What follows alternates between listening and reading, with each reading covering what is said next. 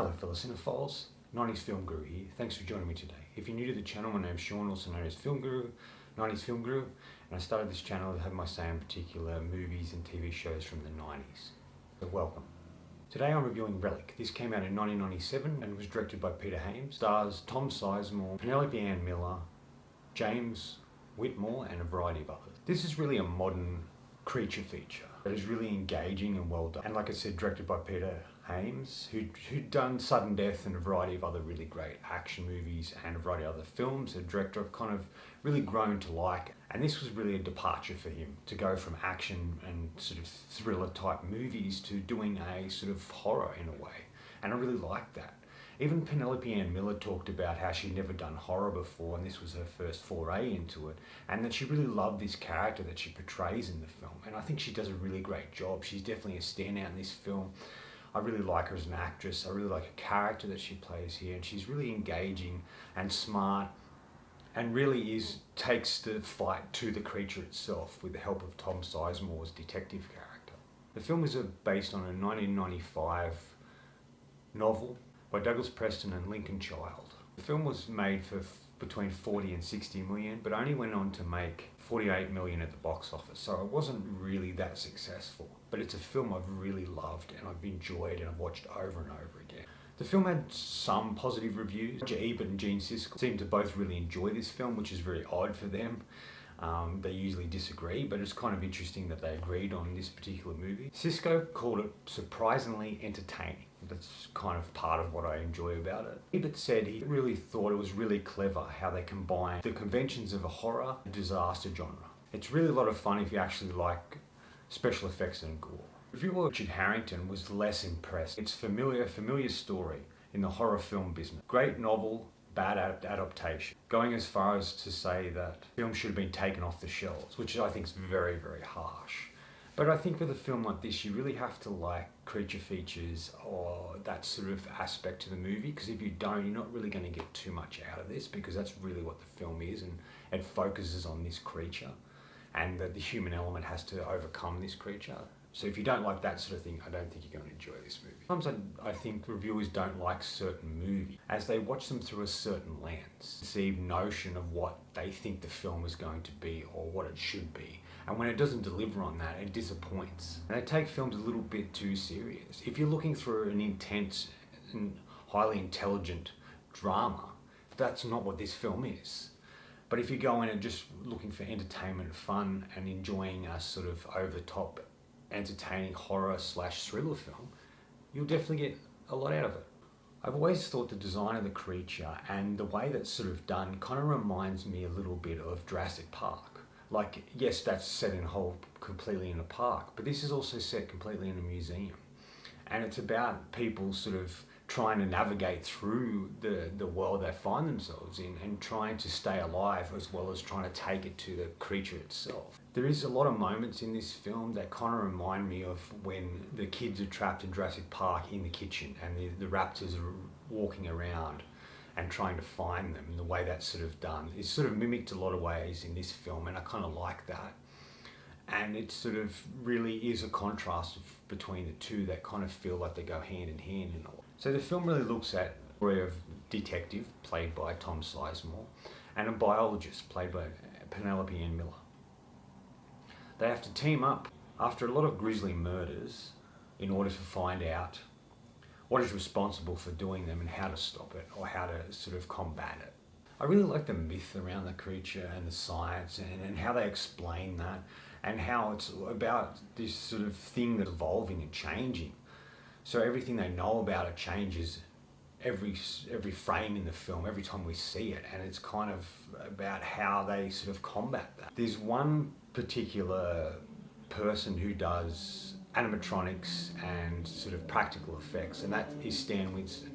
He's no longer with us, but he provided us with some really wonderful and entertaining creatures, even Terminator 1 and 2. And this, he provides us with this unique and interesting character that feels part dinosaur, part alien, part predator, and it's just a combination of a lot of things, and the way it goes about killing people is really interesting, and what it is after when it kills someone is really cool as well. But it's just the way it looks how it's crafted and created.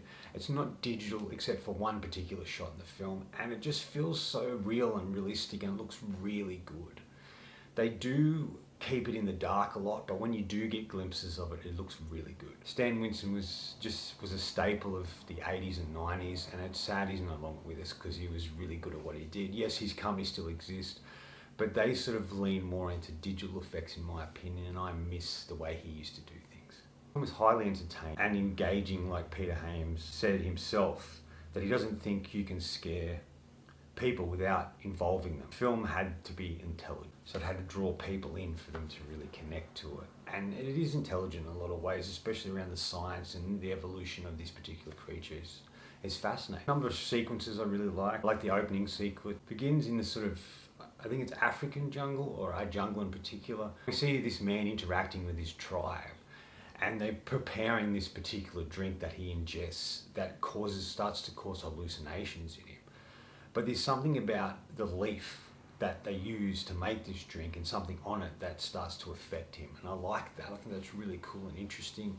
And it really sets up what's to come in the film in a lot of ways. And it kind of reminds me a little bit of what they did with Arachnophobia, where it starts similarly and it's about this spider attacking. It's kind of interesting on those two films, the beginning anyway, are very similar. I think the first kill in the museum that is done is really cool, where this security guard goes in to actually smoke with an open window, and the way he gets attacked and how that is done is really cool. Like how the creature starts to move around the museum and starts to kill people. And it's, like I mentioned, starts in the shadows, and we don't see much of it, just glimpses of it. And then we start to see it as a full-fledged thing in the light, and it's still really cool. I like that it's kind of evolved from something, and it just looks really interesting. Like it's a combination of many things, which I think is really fascinating. I think the third act is really good. What Penelope Ann Miller has to do to try and stop this creature or kill it is kind of interesting, and it kind of reminds me a little bit of Alien 3 in a way, just the way that the creature is, how close the creature comes to her and the way it's shot. There's just a lot of suspenseful and interesting moments. And like I mentioned, I like how Penelope Ann Miller's character and Tom Sizemore's character sort of stand their ground and decide to take on this thing, where most characters like them would just run, but this is where they need to band together to stop this thing before it hurts somebody else. And it's like they become the true heroes in that sense, and I think that's cool. There are only a couple of things I didn't love about the movie. And there's one particular scene where the creature goes from animatronic to digital, and it just doesn't kind of work. It's only really one shot. It just doesn't look great. It does still look a lot better than some of the visual effects we get today, but it's just that sort of takes a bit away from the film and the creature, in my opinion. The biggest thing for me is the whole film is so dark. You can't see much. When people are getting attacked, because it's so dark and the way the camera moves, you can't completely see what's happening. Now, I know that they kept it dark to create this sense of fear and what's lurking in the darkness, and to keep the creature hidden for as long as they could. But I just felt that it just needed to be a bit more lighter to really see what was going on. There's a sequence with two security guards down in the basement of this museum, and the scene is red, there's a red light on it, and something happens, but you don't really know what happens because you can't really see it because it's so dark. I just, was a bit annoyed by the darkness in the film. Really good moments in it. A lot of the deaths are really cool, where you see the creature ripping people's heads off, and the use of animatronics and sort of prosthetic dummy work is really cool and it looks really effective. Because most movies these days would just do digital, and they would take away from what they're trying to craft in this particular sequence. And I do have to agree with Roger Ebert's review of the film. It does combine those two elements. You have this horror film where there's something trying to kill people and they're trying to survive, but you also have this disaster aspect to it, where they're trapped in a museum and they're trying to get out, and they go on this journey to get out of it, and they get picked off as they go along. Much like what they would do later in Jurassic Park: The Lost World, where they're going through that field and they get attacked by raptors along the way. It's kind of like that. I like the disaster element aspect to the movie, and I think it works hand in hand with the horror aspect, and I think both of these combined makes a really fascinating film. There is aspects of this movie that kind of reminded me of Jaws. You know, when the first person gets attacked and Brody's like, we need to shut the beach down, we need to stop people going in the water because they're getting attacked. And the mayor's saying, no, we can't do that during this particular season, we can't do that. It'll be fine, it's only one incident. And then obviously more people get attacked. And it's the same in this film, where you have the curators and the people who run the museum just trying to get their exhibit ready to go, and they don't think too much of the fact that one of their staff has been killed. Yes, they don't quite know the extent of what it is that has killed this particular thing, but it's really them trying to keep up this brave face or put on this show because this exhibition is really important to the museum. And then Tom Sizemore's characters like Brody and Jaws, he's trying to tell them, you need to shut the museum down. You need to stop what's going on until we can work out what's really happening. And I thought that was kind of interesting as well. I am such a big fan of Penelope Ann Miller. I just really like the actress she is, especially in the 90s, and the films she chose to be in, the characters she plays. Obviously my favourite of hers is In the Shadow. I think she's great in that film and is a real standout and elevates Alec Baldwin's performance in a lot of ways. And I think she's really great here. She plays a biologist. She's really smart and capable. She's like the classic sort of heroine who has to take on the creature, the masked killer. Kind of reminds me a little bit of Ripley from Alien, just because of what she's up against and how she finds to try and defeat it.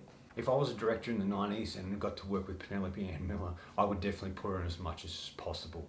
She hasn't had the biggest career as I think she should have, but I would have been putting her in everything because I think she's really, really talented. In the end, this is one hell of an entertaining film that is part horror film, part thriller, part disaster movie, filled with colourful and interesting characters who have to come up against something that they don't understand and have to quickly work out what it is they're up against in order to fight it. And I thoroughly enjoyed this film. It was absolutely wonderful, and I do highly recommend it if you like a film in this particular genre.